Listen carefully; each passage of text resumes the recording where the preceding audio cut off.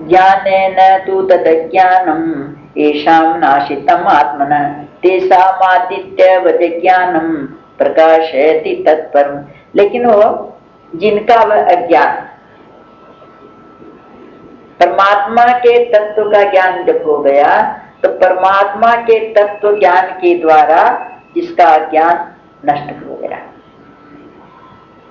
उनका वह ज्ञान सूर्य के सदृश उस सच्चिदानंद घन परमात्मा को प्रकाशित कर देता है। जैसे सब कुछ वस्तु वैसे ही रखी है, लेकिन अंधेरा हो जाए एकदम कुछ नहीं दिखता। सब वस्तु वैसे की वैसे ही है, लेकिन अंधेरे में कुछ दिखलाई नहीं पड़ेगा। और जैसे ही सूर्य का प्रकाश हुआ सब चीज दिखलाई पड़ने लग जाएगी। तो सूर्य के प्रकाश की वजह से सब चीज दिखलाई पड़ी, वस्तु तो ठोर की ठोर।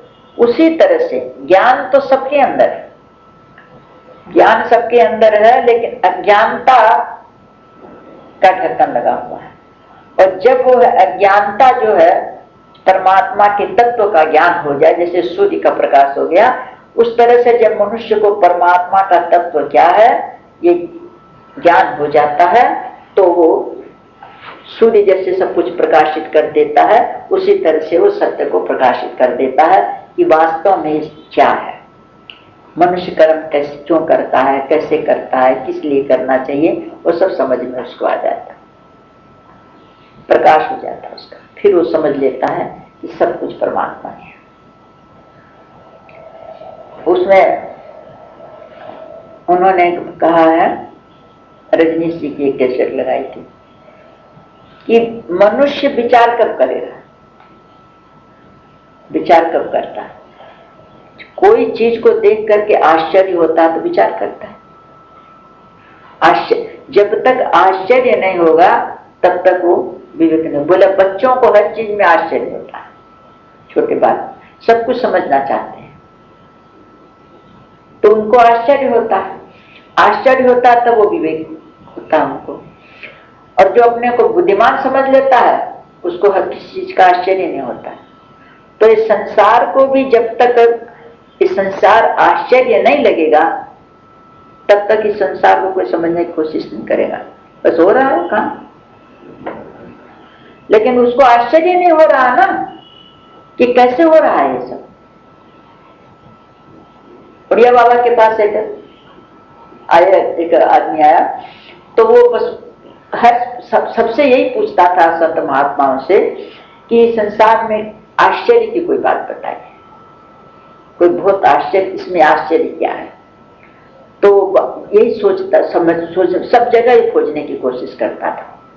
तो उड़िया बाबा के पास आया तो उन्होंने कहा भैया देखो भगवान का और आश्चर्य तो हम नहीं जानते। वो कहते भगवान की बात पूछता था वो, लेकिन इसमें क्या आश्चर्य भगवान ने बनाया उसकी खोज करना चाहता था।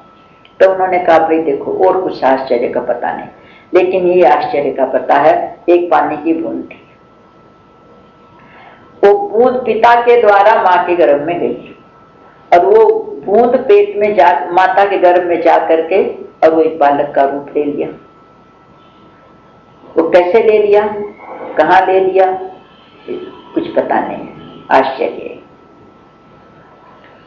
उस माँ को भी पता नहीं है कि जिस आशय पर, जिस गर्भाशय में बालक पल रहा है, उस आशय का, उस गर्भाशय का रूप रेखा क्या है, उसको भी पता नहीं।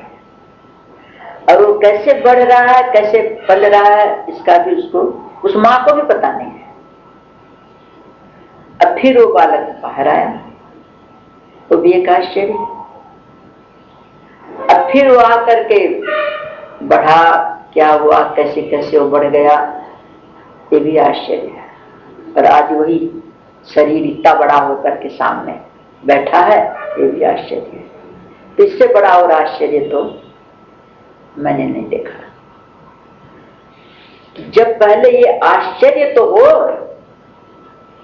कि संसार कैसे चल रहा है, कैसे पल रहा है, खा रहे हैं, कहते कितना बड़ा आश्चर्य है कि कितनी भी मशीन लगा लो लेकिन रोटी का खून बनाने वाली मशीन नहीं बन सकती। और ये मशीन जो खाते हैं सब खून बन जाता है।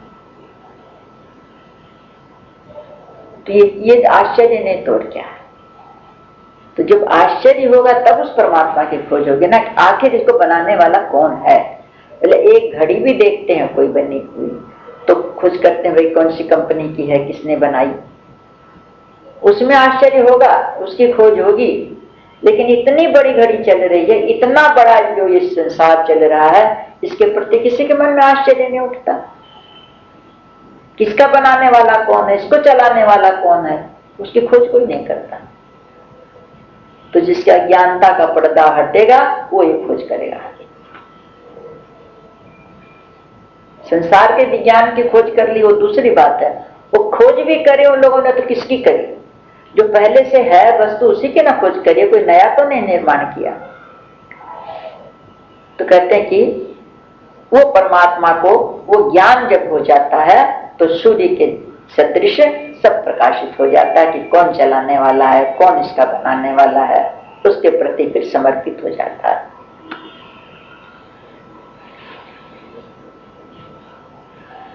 तद्बुद्धय तदात्मान तन्निष्ठा तत्परायणा गच्छन्ते पुनरावृत्तिं ज्ञान निर्धूत कल्मषा। हे अर्जुन, जिसका मन तद्रूप हो रहा है, तत् नाम परमात्मा का है, और जिसकी बुद्धि तद्रूप हो रही है और सच्चिदानंद घन परमात्मा में निरंतर जिसकी एक ही भाव से स्थिति रहती है कि बस वही आत्मा आत्मा आत्मा, और तत्परायण पुरुष उसी के आश्रय ज्ञान के द्वारा ये जब उसको जान लेता है उसको परमात्मा को, फिर वो उसी के परायण हो जाता है, उसका मन भी उसी तद्रूप हो जाता है। तो मन का स्वभाव है कि जिस चीज का चिंतन करेगा ना वही रूप उसका हो जाता है। फिर उसमें बुद्धि लगती है, वो ज्ञान के द्वारा फिर वो पाप रहित होकर के वो परमात्मा को प्राप्त कर लेता है। फिर बार बार उसको संसार में नहीं आना पड़ता। जो मन तदाकार, बुद्धि तदाकार, जो कर्म हो रहा है वो भी तदाकार।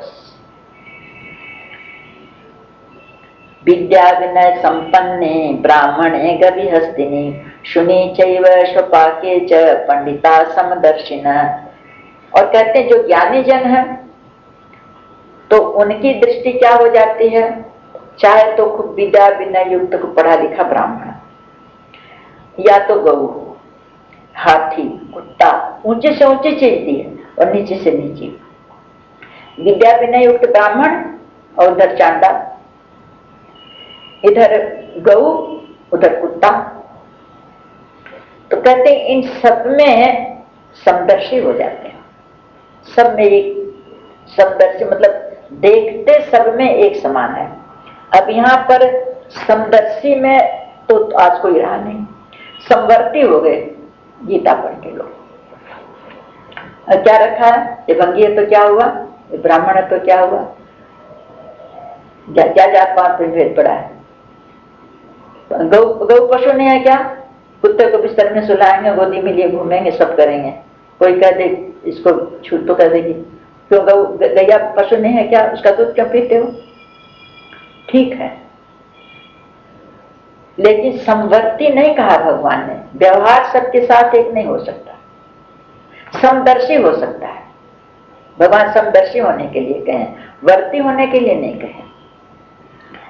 जैसे अपने शरीर में ब्राह्मण क्षत्रिय वैश्य शूद्र चारों वर्ण,